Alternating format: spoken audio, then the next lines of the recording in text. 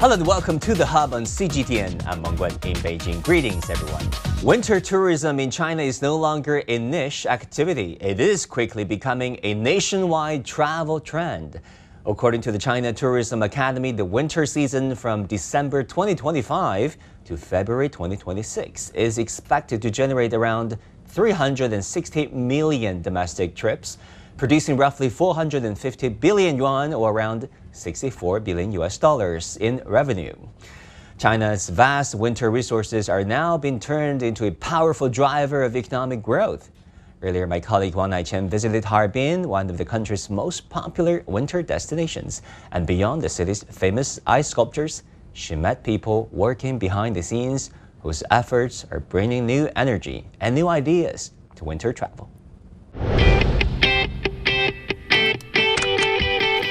90 million tourists, 140 billion yuan, one winter season. This is Harbin, China's ice city, now one of the country's hottest winter destinations. Visitors from around the world flock here for world-class ice sculptures and once-in-a-lifetime winter experiences. But behind the craze, there are some quieter stories. Stories of people making sure visitors don't just survive the cold, but actually enjoy it. Meet Liu Xiaolin, a student at Harbin Institute of Technology. He and his team have developed a down jacket that can heat up by 55 degrees Celsius in just 2 seconds. 84年的时候，哈尔滨的这个冰雪旅游特别的火热嘛，所以说我们说，能不能去做这样一个保暖的服装？ Harbin's winter tourism has boomed in recent years. We wanted to use our expertise to create heated clothing to help tourists who are not used to the cold enjoy the ice and snow. Liu's team is made up mostly of students in their 20s, all from Harbin Institute of Technology. Each member brings expertise from their own field, engineering, material science, and together they've turned that knowledge into a jacket that actually works. 我们做了这样的一个低压快热的一个模块。 We developed a low-voltage rapid heating module that maximizes the heat efficiency even at low power. We also innovated on the material side, incorporating a high conductivity fabric with excellent electrical thermal conversion. By combining these two approaches, we've significantly sped up the heating process. But for Liu and his team, the biggest challenge wasn't just the technology. It was entering an industry they knew nothing about. 都是这个理工科的学生，就是我们团队也没有很专业这种服装设计的力量。 At first, we hit wall after wall. We're engineering students. We had zero experience in garment design. We showed factories our hand-drawn designs and asked, "Can you make this into a jacket?" They said no. So we started learning from people in this industry. First, you make patterns, then you choose fabrics and trims, and finally you create the samples. Only after that can you go into mass production. Their heated down jacket quickly became a hit, with sales exceeding 1 million yuan in just one winter season. But beyond commercial success, their story reflects something bigger. In recent years, Harbin has been using technologies to strengthen its winter industry. But promoting collaboration between universities and enterprises, more and more innovations are taking shape. At the Harbin Ice and Snow World, automated ice shaping machines now measures and cut each box with millimeter precision. Robotic systems are being tested to lift, transport, and stack massive ice blocks with speed and accuracy. And the list goes on and on. 科技最终还是要惠民，要去服务于我们大众的。 I believe the ultimate purpose of the technological development is to benefit people. It should solve real-life problems. We may not be able to change the code, but we can change how people experience it.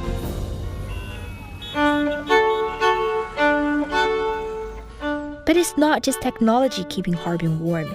Local residents have stepped up too. As tourism surged and public transportation struggled to keep up, groups of Harbin locals started organizing themselves, showing up at train stations and busy tourist spots in their own cars, offering free rides to visitors who needed help getting around. 我带着我上毕业大学的学伴，然后呢，当时堵车嘛。In 2023, Harbin went viral and tourists flooded the city. I was driving my friend to the ice and snow world when we saw a mother and her child on the side of the road. They were tourists and the child had a fever, and they couldn't get a taxi. So I gave them a ride to the hospital. Later, I talked with some friends about whether we could help more people. That's how the volunteer group started. Young's idea quickly spread. The volunteer team grew larger. Firefighters, teachers, doctors, retirees, people of all ages and backgrounds, all keeping their cities, handle the rush of visitors. 说实话，我们这帮司机每天下了班之后，马上进入工作状态，拉游客，有的连饭都吃不上。 Many volunteers do this after work, driving around, picking up tourists. Sometimes it gets so busy that we don't have time for dinner. But we know how cold Harbin gets. We know how terrible it feels to be stranded outside in that weather. So we help as many tourists as we can. If visitors feel it, for many, these moments of kindness become the most memorable part of their trip. Through them, they discover another side of the ice city, one that offers not just breathtaking frozen landscapes, but heartfelt warmth and genuine care. 景区景点留人，他们留一次，但人留人不一样。 Beautiful scenery might bring temporary fame, but it's the people who make visitors want to come back. We are doing this because we want our city to get better and better, to welcome more visitors. We want them to leave with a new impression, to remember the warmth and hospitality here. Harbin's story is not just one city. It reflects the broader rise of China's winter economy. In the year 2025, the sector has shown strong resilience, with total output expected to exceed 1 trillion yuan and participation reaching hundreds of millions of people across the country. So what is keeping this momentum going after the Beijing Winter Olympics? What forces are driving the industry forward? And how much room is there for future growth? To discuss all these questions, we're joined at this hour by Kari Tirkkonen in Kemijoki, Finland. He's the CEO of Suomutunturi Ski Resort and Uniman Group Unitours. Welcome, sir. Andy Mok in Shenzhen. He's a senior research fellow at the Center for China and Globalization. And here in our Beijing studio, we have Paul Dong, the co-founder of EI Asia Limited and the sports industry observer for as long as I can remember. Now, Paul, great to have you back. 300 million people hitting ice and snow. That was a very ambitious goal set at Beijing Winter Olympics some 3-4 years ago. And then now we're having another Olympic cycle in Italy, the Winter Olympics. How would you reflect on the journey China has been through in the past 4 years when it comes to ice and snow, and particularly sport? Well, actually, it's beyond my imagination. 4 years ago, when we did achieve that goal set by our, great leader back then, 300 million, that would sound unimaginable for not only for China, but for the entire world. Well, when you have that number, when you have such a large demographic movement around such a country from northeastern China to northwest China, Xinjiang, and everywhere, northern China, and even southern China, I think it's it's an admirable accomplishment or achievement. And other than that, people would think that, after the Olympics, who knows what would happen? But all those, not only the figures, but the pictures that you see on screen, that it does tell you the exact what's really happening. And so when you want a word that comes to my mind to describe what has been happening over the last 3 or 4 years, I cannot think of anything other than sustainability. We really sustain the numbers. Several hundred million people travel, and we can discuss about what's the real reason behind this, other than the policies encouraging this development. I think it represents a very fundamental social development. That is the winter economy that we want to bring about, going forward from the Olympic Games. When you have a vision for people to do something, sometimes you have to pray for some external factors to help you. And that exactly happened to China. More than 40 years of very busy economic development. People have been busy. And finally, you have a time that a greater portion of the population started to have and enjoy more free time, more leisure time in this technologically developed country and an economy, and they need to kill their time. And they would try anything to let them feel excited. And then winter sports serve this purpose. And they also, in this internet age, they also figure out how to travel economically. Before we go to Kari in Finland, Andy, let me ask you, you lived in China and worked in China for the longest time. How do you see the changes taking place? I mean, the ice and snow economy, the ice and snow sport, the grassroots enthusiasm towards those things. Sure, Wang Guan.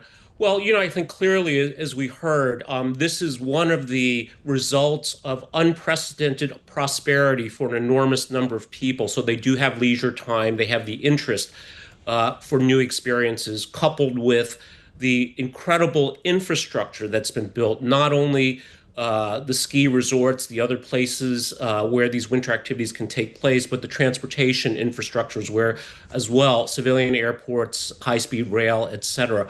But what I want to add here is I would say this is quote unquote winter sports, because I think what China's doing here is far more profound than just letting people go to places where they can enjoy snow-based activities. But in parallel with this, China's also developing an unprecedented number of indoor winter sports facilities, ski slopes, etc.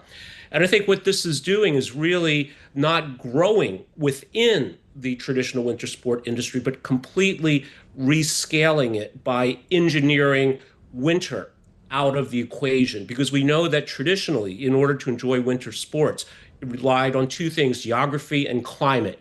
You had to be in a place that was cold enough and had enough snow to ski, to do other snowmobiling, whatever, these other outdoor winter activities. But China, I think, really is just transforming this notion of what winter sports can mean. I mean, exactly. If you look at the enthusiasm for not just winter sport, but sport period, it has been growing tremendously. Now, Kari in Finland, we envy where you are, the beautiful ski resort that your group own. I heard that it has nearly a dozen slopes. Tell us about how you run these ski resorts and how busy it is at this time of the year. Well, thank you. We are quite busy. We have international tourists, and not only to the slope, but quite in numbers to the forest. And this is the diverse way of providing service for clients. So on November time, we are full packed with the international sportmen for alpine skiing, for giant slalom and slalom, and at the moment we are more or less full, like for the adventure seekers in the forest. I mean, Nordic countries are well known, have great reputations for excelling at ice and snow sports and dominating the Winter Olympics in each and every time.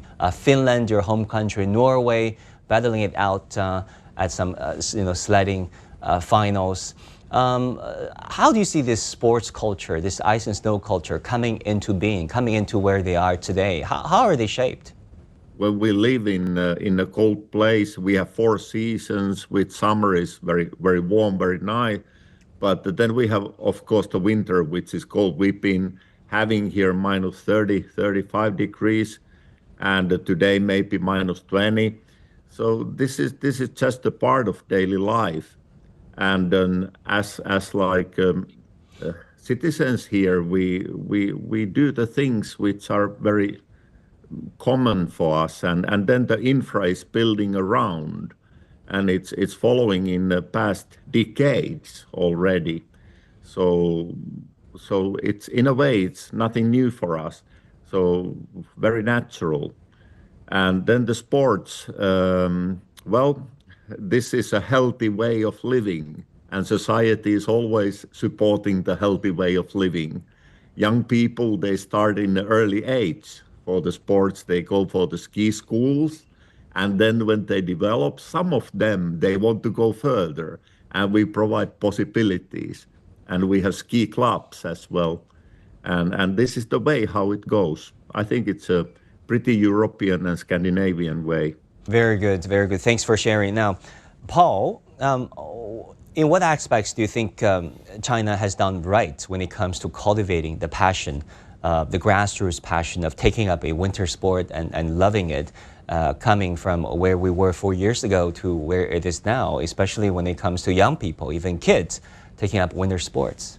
If you look at 1990s, China was early enough to be insightful and visionary to adopt a so-called strategy, if not for the state, but for sports development, which is to encourage as early as possible people in the South to try to practice, because that's based on an economic reason, because relatively speaking, southern provinces and coastal provinces are more economically developed, and they were also more open to Western development style and lifestyle. So it would be an idea easier for them to embrace. So actually, China started to lay the foundation for today's fast development from the 2020s or even a little bit earlier, that the overwhelming majority of the population are no longer satisfied with being an audience only. You know, in the past, when we were more developed in summer Olympic sports, the majority of the population would think this had nothing to do with me or with my life. They represent our country. They were elite professional athletes. What we could do is only to watch and cheer for them. But now, when it comes to winter sports, as well as many other southern sports, it's finally the time for more and more of the Chinese people, especially the younger generation, think, I don't have to follow those excellent athletes on TV. It's part of my life. I want to try it. That's really what's happening. There are so many young people who don't know the big names on the international stage, but they care to practice by themselves. Exactly. China is as vast as it is diverse. So we do have in the northern areas frozen for over a quarter of the year. Now, Andy, you lived in the United States as well as China. The United States has a very different yet interesting in the organizing system for sports lovers. How would you compare America's system versus China when it comes to cultivating more of a ice and snow sporting culture? Sure, Wang Guan. Well, just briefly, at a high level, the U.S. system really is about professional athletes making enormous amounts of money, especially in sports like baseball, football, and basketball. So many kids, as I'm sure you know, even at a very young age, have these dreams or perhaps fantasies of becoming a professional athlete. When it comes to winter sports, again, whether we're talking about skiing, snowboarding primarily, and maybe ice skating and hockey, I think it is more ad hoc. And it is also, again, very climate and geography based, that this is very naturally something that develops. And I think the Chinese approach is very, very different in that it's based on infrastructure, system design, and ultimately year-round consumption. Because the word I would use to describe where we are with winter sports in China today is normalization. What we're going to see, and in some ways we're already seeing, is just how this unlocks enormous scale. And what scale does is it lets you invest in R&D, in better facilities, better equipment, better training, not only for professional elite athletes, but even for in the US, we would call them the weekend warriors, right? The people that are more take it as a hobby. So I think that's very important. And where that will lead us to, too, is new empires of sports equipment related to winter sports and indoor developments as well that we'll see year-round participation. And this will be, I think, bring enormous commercial opportunities as well. Right. Thanks so much for these comparative insights, which leads me to Kari in Finland. I mean, how has Europe's winter economy, especially in the Nordic countries where you are, taken shape over the years. I mean, what factors have been most sustainable and important in this regard, and any experience that you think are relevant for China? We have a lot of sustainable development in here. Of course, the size could be different, which is natural. But what I would like to state before is that after Beijing Olympics, it's a great achievement that the boost, what happened before the Olympics, is now continuing. It's going so much further. It's becoming such a massive in scale and continent-wide. So here in Finland or in Nordic, we are pretty mature. Like now, Europe becoming more mature in this. In this mature way, I think we treat the cold and we treat the winter not as let's say, a trouble.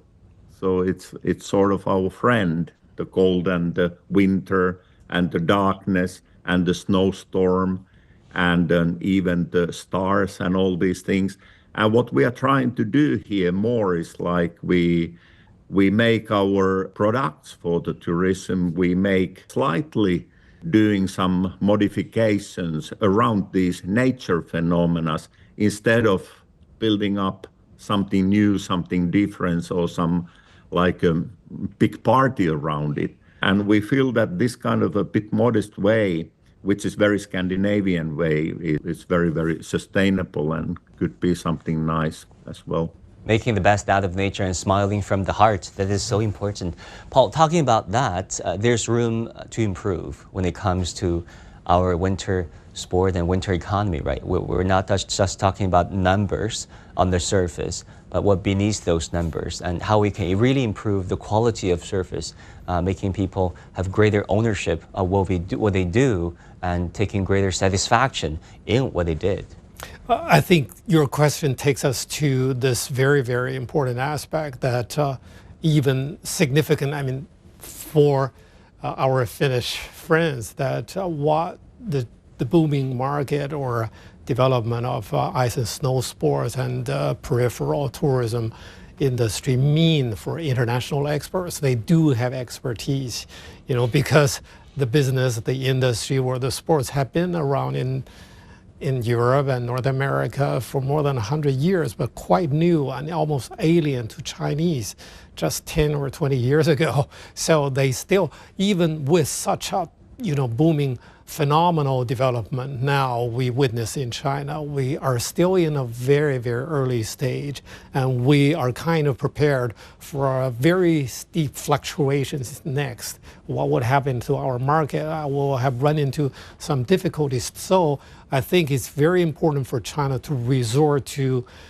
long-term experience and expertise from other countries to help us stabilize this development.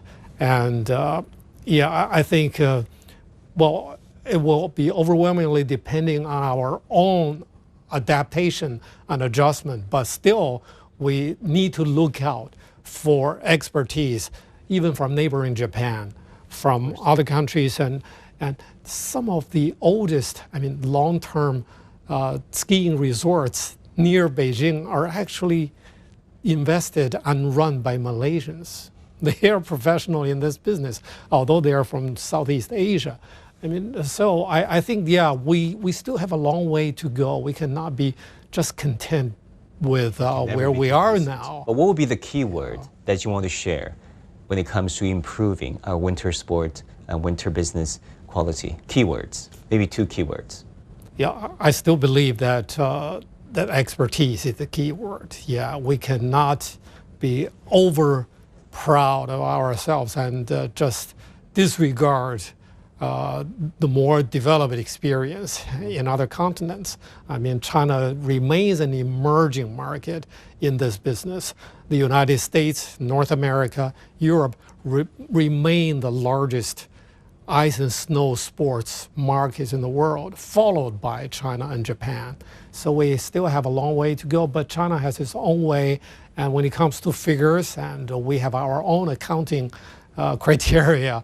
But China does have this very realistic and practical target of making sports-generated economy to contribute as much as 3 to 4% to the national GDP. We are almost there yet, but which is the level that the United States now enjoys. So China has that target based on other countries' experience. We are almost there yet, but we still have a big challenge to sustain that target. Yeah. Andy, what would be your advice? What keywords to improve China's winter economy service? Well, I think I might use the word I used earlier, Wang Guan, which is normalization, in that being accessible, convenient, reasonably priced. So one of the things to point out here is I think one of the differences with skiing, say, in the US versus parts of Europe, is that buying ski equipment traditionally has been quite expensive. You need some specialized training. It's not easy to get to. So it was seen by many people as a kind of an aspirational sport, right? If you were wealthy, if you were part of the leisure class, you could afford to go skiing. So, you think about Aspen in the United States, right? And I think this led then to this sport not only being a sport, but also a lifestyle. So, of course, many people would buy skiing-related brands of clothing, shoes, goggles, things like that, even though they might not necessarily be skiing. And I think this is an important way to get to what Paul just mentioned, where sports, maybe perhaps a little bit loosely defined, becomes 3-4% of the Chinese economy. And I think, again, the other word is I think being systematic here, that, I think the direction China is traveling in is that it is engineering winter out of the equation, meaning that people that want to engage in winter sports, of course, can go to Harbin, they can go to other parts of China, but they may also go to their local mall. Like I've seen in the UAE, the Mall of the Emirates, they have an indoor, very large ski slope. Yes. But this is seen more as a novelty, whereas I think China is approaching this very methodically, very systematically. Thanks for shedding light on all these important issues. Paul, great to have you as always. Andy, thanks so much. And Kari, come back again. And with that, we come to the end of this edition of The Hub on CGTN. On behalf of our team, we want to wish everyone and your family a very happy Chinese New Year, Year of the Horse, full of prosperity, health, and happiness. I'm Wang Guan in Beijing. Thank you. Thank you.